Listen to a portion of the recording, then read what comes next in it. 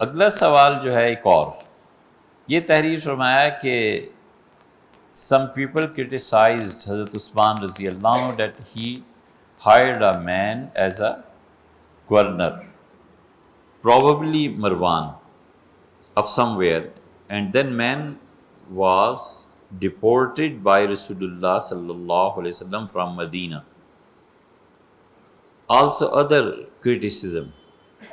Hazrat Usman رضی اللہ عنہ always gave preference to his family members for important government posts, etc. Please ask. یہ سوال امریکہ سے آیا ہے. بھیا دو باتیں ہیں، دو سوالات ہیں اس میں. ایک تو الزام سیدنا عثمان رضی اللہ عنہ پہ یہ لگایا گیا کہ انہوں نے ایک آدمی کو بلایا اور پھر انہوں نے اس آدمی کو بلا لیا جس کو رسول اللہ صلی اللہ علیہ وسلم نے مدینہ منورہ سے نکالا تھا. اور دوسرا یہ انہوں نے کہا، تحریر فرمایا ہے کہ حضرت عثمان رضی اللہ عنہ اقربا پروری کا شکار تھا. یہ کوئی نئی بات نہیں ہے،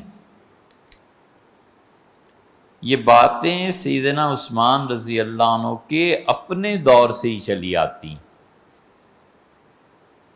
جنہوں نے انہیں شہید کیا تھا نا، وہ ان الزامات کو لگاتے تھے، دہراتے تھے. مروان کہاں سے آ گیا؟ اور مدینہ منورہ میں آپ اس سوال کو اب کھولیں نا، مروان کہاں سے آ گیا؟ مروان تو ہم عمر ہے، یہ مسور ابن مخرمہ، عبداللہ ابن زبیر، سیدنا حسن حسین رضی اللہ عنہ، عبداللہ ابن یہ سارے آگے پیچھے کے بچے ہیں.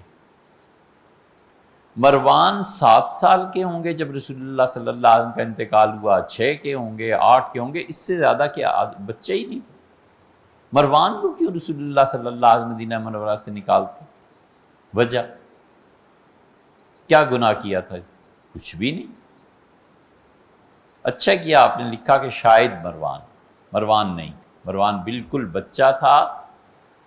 اور ان کے والد تھے حکم بن عاص. حکم جو تھے وہ سیدنا عثمان رضی اللہ عنہ کے چچا تھے، اور رسول اللہ صلی اللہ علیہ وسلم نے انہیں نکالا تھا. اصل قصہ یہ ہے. یہ سوال ہر صدی میں کسی نہ کسی سے پوچھا گیا ہے. محلی جو تھا نا، مطاہر محلی، بہت زبردست شیعہ عالم تھے. عراق نے جو شیعہ پیدا کیے ہیں ان میں بہت بڑی شخصیت وہ تھی. انہوں نے شیخ الاسلام ابن تیمیہ رحمۃ اللہ علیہ کو لکھا تھا خط، اور شیخ ظاہر ہے کہ اہل سنہ کے امام تھے. ملا علی قاری رحمۃ اللہ علیہ نے تصریح کی ہے کہ ابن قیم اور ابن تیمیہ رحمہ اللہ یہ اہل سنہ کے امام. شیخ نے اس کا جواب لکھا ہے منہاج السنہ اس کے نام سے. اس میں بھی یہی الزام، اہل تشیع ہمیشہ یہ الزام لگاتے ہیں. اور افسوس یہ ہے کہ خلافت و ملوکیت مودودی صاحب نے لکھی اور انہوں نے بھی یہی الزام لگایا حضرت عثمان رضی اللہ عنہ. اور انہوں نے جو لکھا ہے بہت ہی خراب جملے لکھے ہیں. اور لکھا ہے کہ حکم جو تھے انہوں نے کہا کہ پھر مروان، مطلب یہ کہ مروان جب بڑا ہوا تو باپ کا اثر اس پہ ہوا، اور عثمان رضی اللہ عنہ کی خلافت جو تھی ان لوگوں کی وجہ سے ناکام ہو گئی. گویا کہنے کا مراد یہ. دیکھو مروان تو تھا نہیں. حکم بن العاص کو رسول اللہ صلی اللہ علیہ وسلم نے نکالا تھا. کس وجہ سے نکالا تھا؟ مختلف روایات ہیں. حافظ ابن تیمیہ رحمۃ اللہ تو سرے سے انکار کرتے ہیں. وہ کہتے ہیں یہ شیعہ کی گھڑی ہوئی چیزیں ہیں. اتنا معلوم ہے کہ نکالا تھا. کیوں؟ ایک الزام یہ ہے کہ رسول اللہ صلی اللہ علیہ وسلم کی نقلیں اتارتا تھا. ایک الزام یہ ہے کہ رسول اللہ صلی اللہ علیہ وسلم گھر تشریف فرما تھے تو اس نے در سے جھانکنے کی کوشش کی. ایک الزام یہ ہے کہ حضور صلی اللہ علیہ وسلم کے متعلق بعض جملے کہہ دیے. اس پہ مورخین مختلف ہیں، کوئی کچھ کہتا ہے، کوئی کچھ کہتا ہے، کوئی بالکل نہیں مانتا. اس سے ہٹ کے اصل بات یہ ہے کہ رسول اللہ صلی اللہ علیہ وسلم نے انہیں جو نکالا تھا تو کہاں بھیجا تھا. اور یہ مسلمان ہوئے ہیں فتح مکہ کے موقع پہ. حضرت عثمان رضی اللہ عنہ کے چچا فتح مکہ کے موقع پر مسلمان ہوئے ہیں. فتح مکہ میں جو مسلمان ہوئے ہیں وہ تو مدینہ منورہ گئے ہی نہیں. بڑی اہم بات ہے. یہ نقطہ ہمارے شیخ ابن تیمیہ رحمۃ اللہ علیہ کو سوجا ہے اور کمال کی بات کی. انہوں نے کہا جو فتح مکہ میں مسلمان ہوئے ہیں وہ تو ادھر گئے ہی نہیں مدینہ منورہ. انہیں نکالا مکہ سے اور طائف بھیج دیا. طائف سے انہوں نے رسول اللہ صلی اللہ علیہ وسلم سے درخواست کی کہ مجھے معاف کیا جائے اور مجھے آنے دیا جائے. یا پھر حضرت عثمان رضی اللہ عنہ نے چچا کے لیے درخواست پیش کی کہ ان کی معافی ہو جائے. رسول اللہ صلی اللہ علیہ وسلم نے حکم رضی اللہ عنہ کو مکہ آنے کی اجازت دے دی. انہوں نے آنا تھا پھر مدینہ منورہ, اس کو رسول اللہ صلی اللہ علیہ وسلم منع کیا تھا. یہ کیسے ہوا کہ حضرت عثمان رضی اللہ عنہ بلا لیا تھا, مکہ مکرمہ میں رہے ہیں, وہیں انتقال ہوا ہے, وہیں دفن ہوئے. اصل بات یہ ہے کہ پالیسی یہ ہو گئی کہ رسول اللہ صلی اللہ علیہ وسلم نے فرما دیا کہ لا ہجرت بعد الفتح. مکہ فتح ہونے کے بعد لوگوں اب ہجرت ختم ہو گئی. جو اب مسلمان ہو رہے تھے وہ جو ہجرت کے فضائل سنتے تھے تو چاہتے تھے مدینہ منورہ چلے جائیں. نتیجہ یہ کہ سب سے پہلے حضرت عباس رسول اللہ صلی اللہ علیہ وسلم کے چچا نکلے ہجرت کے لیے, اور رسول اللہ صلی اللہ علیہ وسلم ملے راستے میں, اور آپ نے فرمایا چچا جسے اللہ نے نبوت مجھ پہ ختم کر دی, ہجرت آپ پہ ختم ہو گئی, جائیے اب کوئی ہجرت نہیں. صفوان ابن امیہ دوسرے تھے. صفوان بہت دیر میں مسلمان ہوئے, اور صفوان ابن امیہ ان کا خاندان لوگوں کو کھانا کھلانے میں بہت مشہور تھا. عبداللہ اور عمر, پھر ان کے والد عبداللہ, پھر صفوان, پھر امیہ بن خلف, یہ پانچوں پشتیں لوگوں کو کھانا کھلاتی تھی. حضرت معاویہ رضی اللہ عنہ نے پوچھا کہ مکہ میں کوئی رہ گیا ہے جو لوگوں کو کھانا کھلاتا ہو, جس کا دسترخوان وسیع ہو؟ تو انہوں نے کہا حضرت یہ ہیں اب آج کل عمر ان کے سردار ہیں, عمر بن عبداللہ. تو حضرت معاویہ رضی اللہ عنہ کہا واقعی ہاں کیوں نہیں. فرمایا مبارک ہو, مبارک, یہ تو 5 پشتوں سے لوگوں کو کھانا کھلاتے چلے آ رہے ہیں. یہاں یہ تھے, اور وہاں مدینہ منورہ میں حضرت سعد ابن عبادہ رضی اللہ عنہ کا خاندان تھا, وہ بھی کئی پشتیں, روز صبح ان کی حویلی سے اعلان ہوتا تھا کسی کو گوشت چاہیے ہمارے یہاں سے آ کے لے جائے, گھی چاہیے ہمارے یہاں سے آ کے لے جائے. صبح صبح اٹھ کے تڑکے میں اعلان ہوتے تھے. صفوان ابن امیہ رسول اللہ صلی اللہ علیہ وسلم جہاد کے لیے تشریف لے جا رہے تھے, تو یہ اتنے بڑے رئیس تھے کہ ان کا اپنا ذاتی اسلحہ خانہ تھا. تھے اس وقت تک مشرک. رسول اللہ صلی اللہ علیہ وسلم صفوان اسلحے کی ضرورت ہے, تو انہوں نے کہا کہ طوعاً او کرہاً, خوشی سے یا مجھ پہ جبر کیا جائے گا. غصب یا محمد, آپ کا ارادہ غصب کرنے کا, میرا اسلحہ لوٹ لینے کا ہے؟ حضور صلی اللہ علیہ وسلم بڑی بڑی متانت اور شائستگی سے جواب دیا. فرمایا بل عاریۃ مضمونہ, آپ سے ادھار لینا ہے, میں اس کی گارنٹی دیتا ہوں کہ آپ کو ایسے ہی واپس کریں گے, اور اگر کوئی چیز نقصان ہو گیا تو میں اسے پورا کروں. انہوں نے دیا تھا اسلحہ, اور غزوہ حنین اس پہ لڑی گئی. اور رسول اللہ صلی اللہ علیہ وسلم کے پاس جب مال آیا, جب آپ کے پاس جانور اور مویشی آئے, تو کئی ہزار بکریاں اور اونٹ صفوان کو دیے. فرمایا لے جاؤ. حضور صلی اللہ علیہ وسلم کا معاملہ ایسے ہی تھا. ایک آدمی آیا, اس کا اللہ کے رسول ایک تحفہ لایا. فرمایا کیا؟ اس کا یہ جو بکریاں ہیں کئی ہزار, 2 پہاڑوں کے درمیان چل رہی تھی, اس کا یہ آپ کی ہوں. خوش ہوئے. تھوڑی دیر میں ایک اور آدمی آ گیا, اس کا اللہ کے رسول بہت غربت ہے, کیا کریں؟ اٹھے, اس کے ساتھ چلے, اور فرمایا تمہاری غربت کو مٹانے کو یہ بکریاں کافی ہوں گی؟ حیران. فرمایا یہ دونوں پہاڑوں کے درمیان چل رہی ہیں, لے جاؤ. حضور صلی اللہ علیہ وسلم کے یہاں بڑی سخاوت. حسان ابن ثابت رضی اللہ عنہ نے زبردست ایک بات کی ہے نعت میں ایک جگہ، وہ کہتے ہیں حضور صلی اللہ علیہ وسلم کے منہ سے، اے اللہ کے رسول آپ کے منہ سے نام ہم نے سنی ہی نہیں، حتیٰ کہ اگر اشہد ان لا الہ الا اللہ میں یہ لا خدا کی طرف سے نہ ہوتی تو اس کے علاوہ کوئی لا نہیں تھی جو آپ نے زبان سے ادا کی، نہ کی نہیں کبھی۔ تو صفوان ابن امیہ کو رسول اللہ صلی اللہ علیہ وسلم نے نوازا، پھر صفوان مسلمان ہوئے، پھر انہیں مکہ والوں نے کہا ہجرت کے بڑے فضائل ہیں، اب یہ ہجرت کے لیے چل پڑے، تو رسول اللہ صلی اللہ علیہ وسلم نے روک دیا، آپ نے فرمایا صفوان واپس جاؤ، بالکل مدینہ میں رہنے کی اجازت نہیں۔ یہ پالیسی ہو گئی۔ صفوان کو بڑا دکھ تھا، یہ تھے یا پھر کوئی اور تھا، بھی چند دن پہلے بھی ان کا نام لیا تھا، بہرحال ایک کو منع کیا انہیں یا کسی اور کو، تو وہ چلے گئے حضرت عباس رضی اللہ عنہ، یہ بھی حضرت عباس رضی اللہ عنہ، حضور صلی اللہ علیہ وسلم پوچھا کہاں ٹھہرے، ان کا عباس کے گھر، آپ نے فرمایا بڑا مضبوط قلعہ ہے عباس میرے چچا۔ بہرحال انہوں نے جا کے کہا کہ بیعت کرائیں مجھے حضور صلی اللہ علیہ وسلم سے ہجرت پہ، انہوں نے قسم کھا، ان کا جاؤ، ان کا مجھے انکار ہو گیا۔ حضرت عباس رضی اللہ عنہ اٹھے اور چچا تھے نا، کہا اللہ کی قسم ہے جو میرا بھتیجا تمہیں بیعت نہ کرے، چلے گئے۔ رسول اللہ صلی اللہ علیہ وسلم سے جا کے ساری بات کہی تو آپ نے بیعت تو فرما لی اور فرمایا میں نے اپنے چچا کی قسم کو تو پورا کر دیا ہے، لیکن حقیقت یہ ہے کہ فتح مکہ کے بعد ہجرت کچھ نہیں، تم مکہ واپس جاؤ۔ وہ بھی مکہ واپس آ گئے۔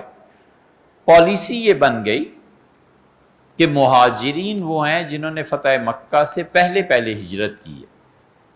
حکم نے اسلام قبول کیا ہے اور طائف سے پھر مکہ واپس آ گئے۔ یہ ہے وہ چیز جس کو آپ بھی کہہ رہے ہیں اور مودودی صاحب نے بھی لکھا ہے کہ رسول اللہ صلی اللہ علیہ وسلم کے طرید تھے، طرید کا مطلب نکالا ہوا۔ انہوں نے پھر درخواست کی حضرت ابوبکر رضی اللہ عنہ سے کہ مجھے آنے دیں، انہوں نے انکار کر دیا۔ رسول اللہ صلی اللہ علیہ وسلم نے کسی کو آنے نہیں دیا تھا، انہوں نے بھی۔ سیدنا عمر رضی اللہ عنہ کو انہوں نے آنے نہیں دیا۔ اب یہ 20 سال گزر چکے تھے اس واقعے کو، یعنی فتح مکہ ہوا ہے 8 ہجری میں اور حضرت عمر رضی اللہ عنہ کی شہادت ہوئی ہے 22 ہجری میں، تو 14 سال گزر چکے تھے۔ سیدنا عثمان رضی اللہ عنہ آئے ہیں تو پالیسی چینج ہوئی ہے، انہوں نے کہا آنے دو جو بھی آتا ہے۔ مملکت وسیع ہو گئی، افغانستان تک فتح ہو گیا، کہاں کہاں دنیا میں مسلمان پہنچ گئے، کہ آنے دو جو آتا ہے۔ حکم رضی اللہ عنہ کے چچا تھے، وہ آئے مدینہ منورہ میں رہے۔ اب مسئلہ کیا ہے؟ یہ کہاں سے ثابت ہوتا ہے کہ حضور صلی اللہ علیہ وسلم نے انہیں مدینہ سے نکالا تھا، مکہ سے نکالا تھا، پھر معافی کے بعد مکہ آ کے واپس بسے، پھر ادھر تشریف لائے ہیں مدینہ منورہ۔ یہاں خلافت و ملوکیت میں مولانا نے اعتراض کیا ہے دوسرا، اور انہوں نے کہا مروان بھی وہیں رہتا تھا۔ حضرت عثمان رضی اللہ عنہ کی جو پالیسیز تھیں اس میں مروان کا دخل تھا، اور کیا عجب ہے، عین ممکن ہے اس طرح کے الفاظ مولانا نے لکھے ہیں کہ باپ کی وجہ سے بیٹے کی پالیسیز پر اثر ہوتا ہو۔ یہ اتنی بڑی تاریخی غلطی ہے، کاش مولانا تھوڑا سا اور چیزوں کو بھی دیکھ لیتے۔ سیدنا عثمان رضی اللہ عنہ کے خلاف جو بغاوت اور قصے شروع ہوئے ہیں 34 ہجری میں ہوئے ہیں۔ حضرت عمر رضی اللہ عنہ کی شہادت ہوئی ہے 22 یا 23 کے آغاز میں، 23 سے پھر 12 سال حضرت عثمان رضی اللہ عنہ کی خلافت 36 تک رہی ہے۔ 36 ہجری میں سیدنا علی رضی اللہ عنہ کی خلافت کا آغاز ہوا، اور یہ حکم 34 ہجری میں حضرت عثمان رضی اللہ عنہ کے خلاف بغاوت کے آثار اٹھے ہیں، لوگوں نے آنا شروع کیا ہے، یہ چیزیں ہوئیں، اور حکم کا انتقال 32 میں ہو گیا تھا۔ 32 ہجری میں ایک شخص کا انتقال ہو گیا ہے، 34 ہجری میں بغاوت ہوتی ہے، اس بغاوت میں مان لیا مروان بھی، مان لیا ان کی غلطیاں تھیں، لیکن کیا وفات کے 2 سال بعد والد کیا قبر سے اٹھ کے آئے تھے بیٹے کو پڑھانے کی یہ پالیسی رکھو اور یہ پالیسی رکھو؟ کیسی باتیں کرتے؟ اورنگزیب عالمگیر رحمۃ اللہ علیہ کا قصہ یاد آتا ہے. کوئی تھا ان کا فوجی، اورنگزیب اس کی قدر کرتے تھے، کوئی خدمت انجام دی ہوگی اس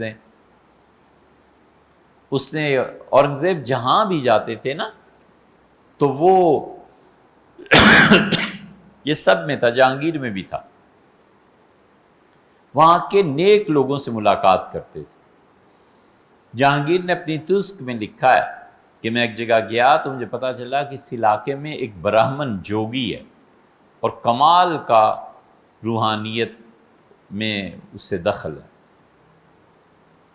تو وہ آتا ہے، ایک بالکل پتلی سی نالی ہے، قدرتی طور پہ پہاڑ میں بنی ہوئی ہے، تو کرالنگ کر کے کوہنیوں کے بل آتا ہے، ادھر سے آ کے پانی اور ضرورت کی چیزیں لیتا ہے، پھر اسی طرح واپس چلا جاتا ہے اور ملتا بھی کسی سے نہیں.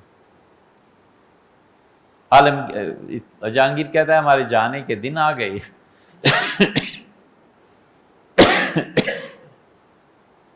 اور میں خود کرالنگ کر کے اس کے پاس گیا، پھر اس سے ملا، پھر اس سے روحانیت کی بات، یہ ہر ایک میں تھا.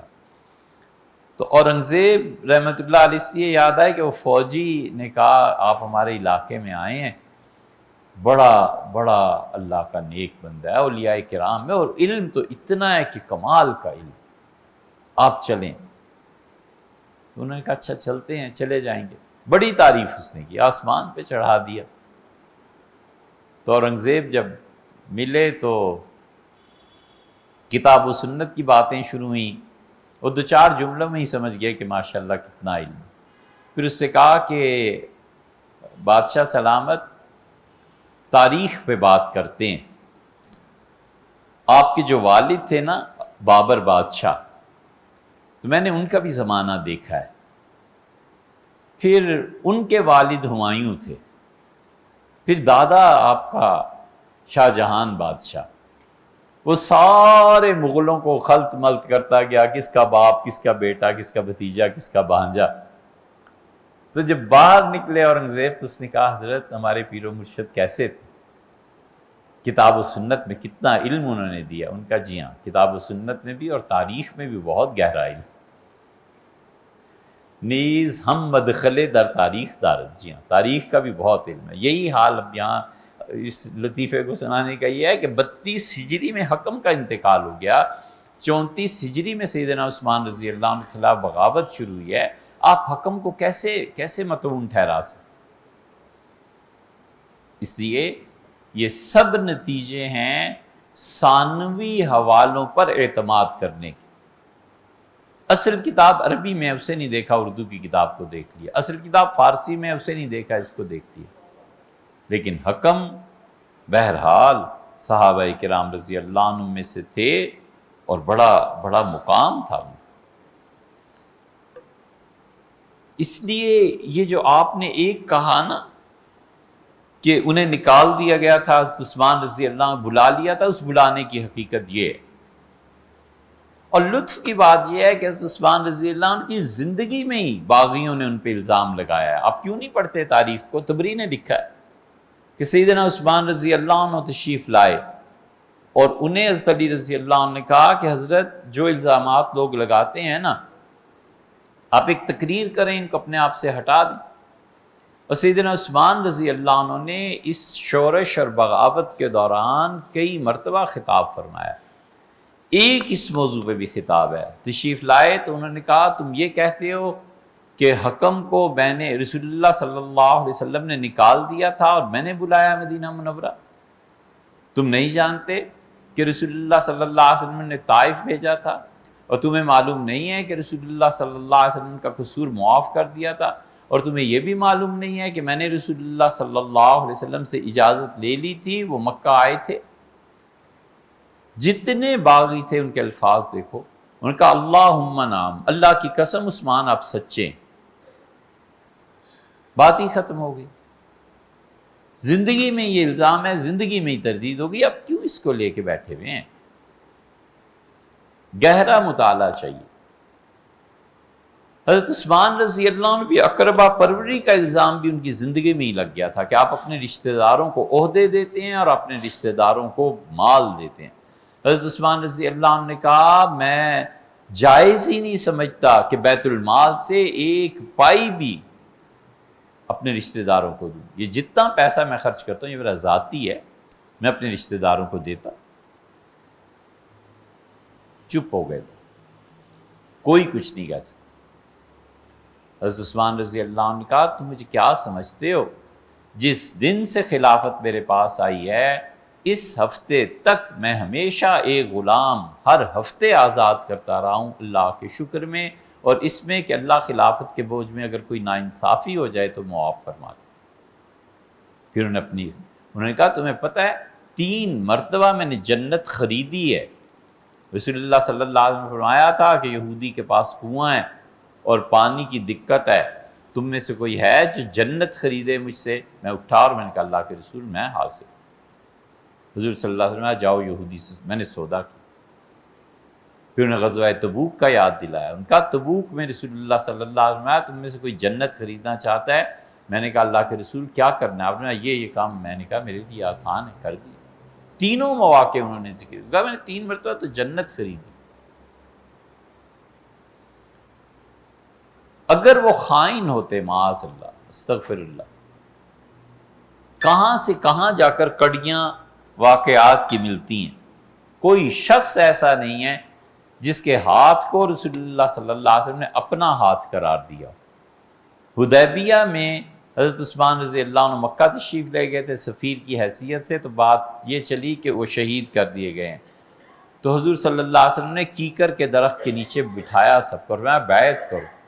بخاری میں آتا ہے کہ تم نے کس پہ بیعت کی؟ انہوں نے کہا بایعنا علی دم عثمان، ہم نے عثمان رضی اللہ عنہ کے خون پہ بیعت کی کہ یا تو مکہ میں پھر اب لڑائیاں ہوں گی، ہم لڑیں گے، اپنے سفیر کا بدلہ لیں گے، یا پھر وہ واپس۔ اللہ کو اتنی یہ بیعت اچھی تھی کہ فوراً وہی نازل ہونا شروع ہو گیا۔ اللہ نے کہا لقد رضی اللہ عن المؤمنین اذ یبایعونک تحت الشجرہ، اللہ ان تمام ایمان والوں سے راضی ہو گیا جو کیکر کے درخت کے نیچے بیٹھ کر آپ کے ہاتھ پہ بیعت کر رہے تھے۔ اللہ ان سے راضی ہوا ہے جو عثمان کے خون کا بدلہ لینے کو تیار ہے، تو عثمان خود کیا چیز ہوں گے خدا کی نگاہ میں؟ سوچنا چاہیے نا۔ پھر حضور صلی اللہ علیہ وسلم بیعت سے فارغ ہوئے، فرمایا تم سب سے اللہ راضی ہو گیا ہے، لیکن میرا جی چاہتا ہے میرا عثمان بھی تم میں ہی شامل ہو جائے۔ عثمان رضی اللہ عنہ تھے، بدر میں نہیں تھے، اس موقع پہ بھی نہیں تھے۔ بدر میں رسول اللہ صلی اللہ علیہ وسلم نے انہیں کہا تھا میری بیٹی کے پاس رہو اور اس کا خیال کرنا، تو چنانچہ حضرت رقیہ رضی اللہ عنہ کا انتقال بدر میں ہی ہو گیا تھا، وہ مدینہ منورہ میں ہی تھے۔ تو حضور صلی اللہ علیہ وسلم جب لوٹے ہیں تو حضرت عثمان رضی اللہ عنہ نے استقبال کیا، پھر قبر پہ چلے گئے اپنی بیٹی کی، اور حضرت عثمان رضی اللہ عنہ کو بدر میں نہ ہونے کے باوجود آپ نے کہا اس کا حصہ ہے بدر میں، مال غنیمت دیا۔ حدیبیہ میں بھی یہی ہوا۔ حدیبیہ میں اب آپ نے فرمایا میرا جی چاہتا ہے عثمان آ جائے، تو اپنے دائیں ہاتھ کو فرمایا، لمبی حدیث ہے خلاصہ اس کا یہ کہ اپنے دائیں ہاتھ کو بائیں پہ رکھا اور فرمایا یہ عثمان کا ہاتھ ہے، اور دیکھو اس نے محمد صلی اللہ علیہ وسلم کے ہاتھ پہ بیعت کر دی۔ عثمان کا ہاتھ حضور صلی اللہ علیہ وسلم کا ہاتھ شاید اس لیے بھی قرار دیا گیا ہو کہ شاید علم مبارک میں یہ آیا ہو کہ کل کو اس میرے بچے پہ خیانت کا الزام لگے گا تو انہیں کہوں کہ دیکھو اس کا ہاتھ میرا ہاتھ۔ اس کو خائن کہنا اتنا آسان نہیں ہے۔ عجیب بات ایک اور جگہ آئی ہے، ایک آدمی کا جنازہ آیا اور رسول اللہ صلی اللہ علیہ وسلم نے پڑھانے سے انکار کر دیا، گھر تشریف لے گئے، میں تم پڑھ لو میں نہیں پڑھتا۔ یہ بہت بڑی دھچکے کی بات تھی کہ رسول اللہ صلی اللہ علیہ وسلم کسی کا جنازہ پڑھنے سے انکار کر۔ صحابہ رضی اللہ عنہ کہتے ہیں جب جنازہ چلا گیا تو ہم نے کہا اللہ کے رسول اس کا کیا قصور تھا؟ فرمایا تمہیں پتہ نہیں یہ عثمان کو برا کہتا تھا۔ تو اس لیے حضرت عثمان رضی اللہ عنہ کو تنقید کرنے والے انہیں سوچنا چاہیے، یہ جتنے بھی ہیں نا، چاہے وہ خلافت و ملوکیت سے متاثر ہیں یا شیعہ سے یا کسی سے بھی، کہ اگر یہ مر جاتے اس دور میں تو رسول اللہ صلی اللہ علیہ وسلم جنازہ نہ پڑھتے۔ بہت سخت بات۔ عثمان رضی اللہ عنہ کا کیا، جو زندگی میں ہی وہ نپٹا چکے معاملے ہم آج 1400 سال کے بعد کھول رہے ہیں۔ ایک آدمی اور ہے جس پہ حضرت عثمان رضی اللہ عنہ کو مطعون کیا جاتا ہے، تانے دیے جاتے ہیں، اور وہ ہیں عبداللہ ابن سعد۔ عبداللہ ابن سعد پہ بھی یہ الزامات۔ عبداللہ ابن سعد کو لوگ جانتے نہیں۔ دو آدمیوں کی تدفین جو ہے نا، مسئلہ حل نہیں ہوتا۔ پتہ نہیں آپ لوگوں کے پاس ہوگا کوئی حل؟ ایک مودودی صاحب کا، ان کا انتقال امریکہ میں ہوا نا بیٹے کے پاس، لندن پھر جنازہ ہوا۔ سعودی حکومت نے بار بار پیشکش کی کہ جنت البقیع میں دفن کریں۔ سفیر گئے جنازے میں، انہوں نے کہا جنت البقیع، شاہ نے کہا۔ اللہ جانے جماعت اسلامی والوں کو کیا سوجی، لاہور میں ان کے گھر میں دفن۔ اور ایک میاں نواز شریف صاحب کے والد، وہی انتقال ہوا نا، کوئی مسئلہ ہی نہیں تھا جنت البقیع میں دفن کرنا، جنت المالا میں دفن کرنا۔ وہاں سے جہاں تمنا لوگ کرتے ہیں کہ دفن ہو، وہاں سے میت ادھر کو لائی۔ یہ دونوں جنازے ایسے ہوئے، ہم کئی مرتبہ سوچتے ہیں کہ پتہ نہیں کیا وجہ ہوئی ہو۔ یہ عبداللہ ابن سعد جو ہے نا، یہ ان پہ تھا الزام، اور الزامات تو خیر بہت تھے، لیکن لوگ جانتے نہیں یہ کتنا بڑا آدمی تھا۔ اتنا بڑا آدمی تھا کہ سیدنا عثمان رضی اللہ عنہ نے اسے مقرر کیا تھا گورنر، اور عبداللہ ابن سعد گئے۔ عبداللہ بن سعد بن ابی سرح، کسی کو نام یاد ہے ان کا؟ یہی حضرت رسالت پناہ صلی اللہ علیہ وسلم نے انہیں وحی کے کاتبین میں داخل کر دیا، وہی لکھتے تھے۔ اللہ معاف کرے، تقدیر کی بات ہے، مرتد ہو کے مکہ آ گئے۔ ارتداد کے بعد پھر اسلام قبول کیا، اور حضرت عثمان رضی اللہ عنہ نے بڑے عہدوں پہ لگا دیا۔ زبردست دماغ تھا۔ اور مسلمانوں کے لیے یہ پہلا موقع تھا کہ بحری جہازوں میں آئیں۔ بحریہ اصل میں قائم ہونی چاہیے تھی حضرت عمر رضی اللہ عنہ کے زمانے، اور عمر بن العاص نے کر دی تھی۔ سیدنا عمر رضی اللہ عنہ سمندر کے سفر سے بہت گھبراتے تھے۔ بلایا عمر کو اور فرمایا یہ تم سے کس نے کہا کہ مصر میں نے سنا ہے جہاز پورا روانہ کر دیا تم نے اور فوجی؟ انہوں نے کہا حضرت اسلام کو حضرت عمر رضی اللہ عنہ نہایت شدید فرمایا مجھے خدا کی قسم ہے اگر اس جہاز میں لوگ ڈوب گئے نا تو میں ایک ایک آدمی کی دیت اور پیسہ تم سے وصول کر لوں گا، تمہارے خاندان سے۔ کیا تم نے؟ تو کچھ عرصے کے لیے لوگ رک گئے۔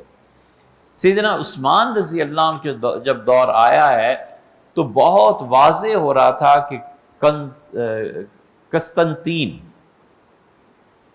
استنبول میں عیسائی تھے، اور ان کے متعلق عیسائیوں کی طاقت، ترکوں کا عروج۔ حضور صلی اللہ علیہ وسلم فرمایا ترکوں پہ نہ حملہ کرنا جب تک کہ ترک خود تم پہ نہ حملہ کرے، ترکو ہو، چھوڑ دینا، ان ترکوں کو کچھ نہیں کہنا جب تک کہ ترک خود لڑنے کے لیے نہ آئے۔ قسطنطین نے 31 ہجری میں پہلی مرتبہ جہاز لائے، اور جہاز کیا لائے، سمندر بھر گیا۔ انہوں نے دعوت دی عبداللہ ابن سعد نے کہ آؤ زمین پہ مقابلہ کرو، انہیں پتا تھا زمین پہ جائیں گے تو ہار جائیں گے۔ عبداللہ ابن سعد پہلے آدمی ہیں جنہوں نے پھر بحری جہاز تیار کروانا شروع کیے، اور وہ کھڑے رہے کئی مہینے یا کئی دن یا کئی ہفتے، اور اتنے میں جلدی میں جو کچھ ہو سکتا تھا یہ لڑے، اور مسلمان بڑی بے جگری سے لڑے۔ لوگوں کی لاشیں، کٹتے ہوئے اعضاء، یہ چڑھ گئے ان کے جہازوں پہ، ان کے جہاز پہ وہ آ گئے۔ بحری لڑائی پہلی مرتبہ ہوئی ہے، اور ان کی کمانڈ تھی، اور خون اتنا بہہ گیا تھا کہ جو صحابہ رضی اللہ عنہ اس میں شریک تھے وہ کہتے تھے کہ ہم پانی کو دیکھتے تھے یا خون کو دیکھتے تھے، پتہ نہیں چلتا تھا کیا چیز۔ یہ پہلا موقع تھا اتنے شدید ٹکراؤ کا اور عبداللہ ابن سعد نے کمانڈ ٹھیک مضبوط کر لی، اور اس واقعے میں نہیں، اس سے پہلے انہیں اندازہ ہو گیا تھا، بہرحال جیت گئے مسلمان اور رومی ہار گئے۔ جب وہ واپس گئے ہیں تو عبداللہ ابن سعد مصر چلے گئے۔ مصر جا کر انہوں نے عمر بن العاص رضی اللہ عنہ جو گورنر تھے ان سے جھگڑے اور مجبور کیا کہ فنڈز ادھر دیں آپ۔ انہوں نے کہا اتنے پیسے، ان کا میں کچھ نہیں جانتا، مجھے تو یہ پتا ہے کہ بحری جہاز بنانے ہیں، فنڈز نکالیں آپ۔ تو عمر بن العاص رضی اللہ عنہ نے عثمان رضی اللہ عنہ تک بات نہیں پہنچنے دی، انہوں نے خود ہی مینج کر دیا، اتنے فنڈز دیے، اتنے کہ یہ پہلا بحری بیڑا جو مسلمانوں کا تیار ہوا ہے، اور جب یہ نکلے ہیں تو پھر اس کی دھاک سلطنت عثمانیہ تک بیٹھی رہی، پھر تو مسلمان سمندروں کے بادشاہ ہو گئے۔ ان پہ الزام تھا کہ ارتداد تھا، پھر مسلمان ہوئے، پھر حضرت عثمان رضی اللہ عنہ نے اپنے قریب کر لیا۔ کیوں کیا؟ اتنی بڑی خدمات ہیں، اور اللہ کی خوشی کی، اللہ کے خوش ہونے کی علامت ہوگی نا، یہ ہمیشہ دعا مانگتے رہے کہ اللہ نماز اچھی لگتی ہے، موت بھی اسی میں دے دے۔ تو ایک روایت میں آتا ہے کہ فجر کی نماز انہوں نے پڑھائی اور پہلا سلام پھیرا اور گر گئے اور انتقال ہو، بس دوسرے سلام سے پہلے۔ اور ایک روایت میں آتا ہے کہ سجدے میں گئے اور وہیں انتقال ہو گیا۔ کچھ یہ کہتے ہیں، کچھ وہ کہتے ہیں، تو اس کا انجام بھی تو دیکھو، اللہ کی کیسی خوشی اسے ملی۔ اب تک عبداللہ ابن سعد یہ ہو گیا، چھوڑ دینا چاہیے ان چیزوں کو۔ سیدنا عثمان رضی اللہ عنہ نے اپنے رشتہ داروں کو جو آپ نے فرمایا نا حکومتیں دے دیں، تو یہ تو پھر آپ مکہ پہ چلے جائیں، فتح مکہ پہ چلے جائیں۔ حضور صلی اللہ علیہ وسلم بنو امیہ کو نہیں نوازا؟ حضرت رسالت مآب صلی اللہ علیہ وسلم نے 2 آدمیوں کے متعلق خواب دیکھا تھا۔ بات یار بڑھتی جاتی ہے، کہاں روکیں؟ ابو جہل کے متعلق رسول اللہ صلی اللہ علیہ وسلم فرمایا، عجیب، ایک دن اٹھ کے فرمایا میں نے اسے جنت میں دیکھا ہے۔ ابو جہل جنت میں گھوم رہا تھا، صحابہ رضی اللہ عنہ چپ ہو گئے، اور ایک اسید بن ابی العیس عتاب جو مکہ کے گورنر رسول اللہ صلی اللہ علیہ وسلم فتح مکہ کے بعد بنائے تھے نا، ان کے والد کے بارے میں رسول اللہ صلی اللہ علیہ وسلم میں نے اسے جنت میں دیکھا ہے۔ حالانکہ تو مشرک مارا گیا تھا، غالباً کسی لڑائی میں مسلمانوں نے اسے مار دیا تھا۔ یہ 2 کافر ایسے تھے، حضور صلی اللہ علیہ وسلم میں نے جنت میں دیکھا۔ جس دن ابو جہل کے بیٹے اکرمہ رضی اللہ عنہ مسلمان ہوئے ہیں نا، آ کے رسول اللہ صلی اللہ علیہ وسلم، یہ میرے خواب کی تعبیر ہے۔ اور مکہ جب فتح ہوا ہے تو آپ نے فرمایا میں رات بھر سوچتا رہا کہ مکہ کا گورنر کسے مقرر کروں۔ تو عتاب رضی اللہ عنہ کو بلایا، فتح مکہ کے موقع پہ ہی مسلمان ہوئے ہیں، لڑکے ہیں، 16، 17، 20 برس کی عمر کے بچے ہیں، اور فرمایا میں رات بھر سوچتا رہا، اور عتاب لڑکے تم سے زیادہ بڑا آدمی مکہ میں مجھے کوئی نہیں دکھائی دی۔ رات بھر تم سامنے آتے رہے، اور تمہیں مکہ تمہارے حوالے کرتا ہوں، اور دیکھو یہ مکہ والے یہ اللہ کا خاندان ہے، اللہ کا کنبہ ہے، اس کے گھر کے ساتھ رہتے ہیں، پڑوسی ہیں، ان کے ساتھ غلط کوئی بری بات نہیں ہونی چاہیے۔